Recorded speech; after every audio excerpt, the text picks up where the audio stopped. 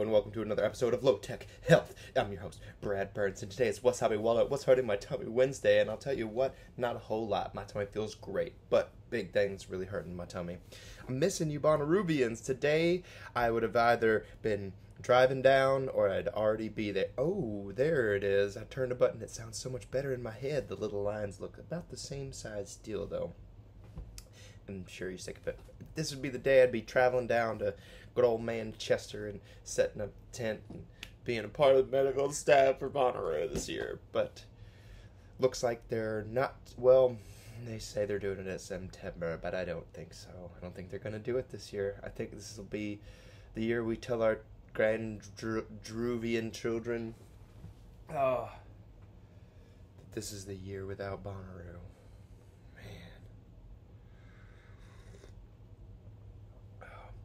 We'll continue our theme on refusal. Refusal to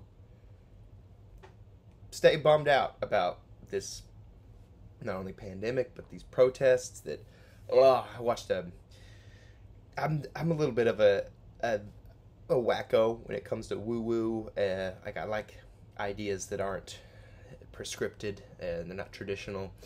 I like to find out the side of the die when they roll the die and they say, this is the die, this is the number you got. I like to look at the sides of it and see, what put this die together?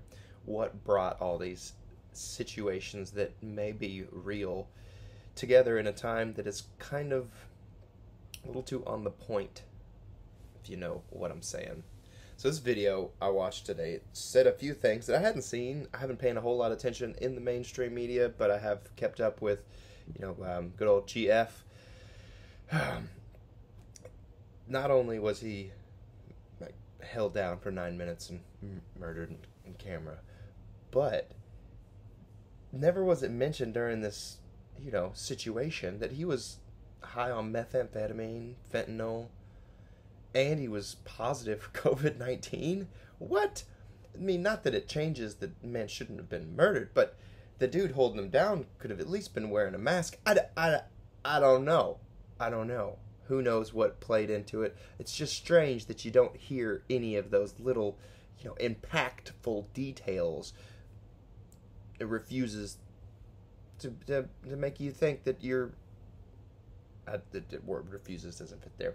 I did a little bit too much of a workout. I did a lot of Turkish get-ups, just like 3 minutes each arm. But man, holding it above your head and just keeping it for 3 minutes, 35-pound kettlebell, going up and down, it's tiring.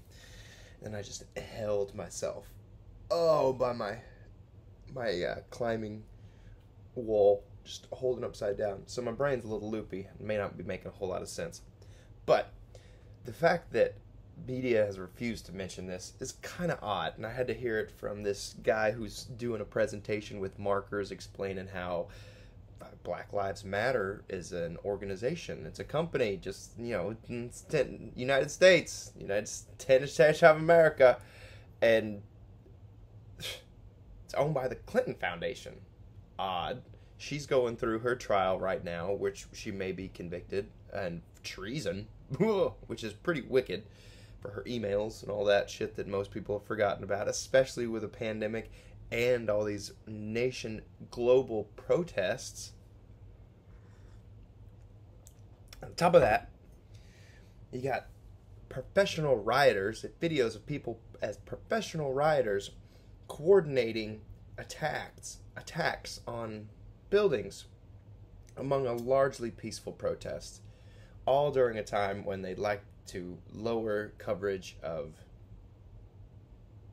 what's happening on this hand and show you what's going over here with this hand. It's not to diminish the fact that there's unrest in the country, but I'm not black, but I've been around black people, and like anytime somebody's slightly racist, we squash it. We squash them. People aren't allowed to be assholes, and I don't know if that's just something I see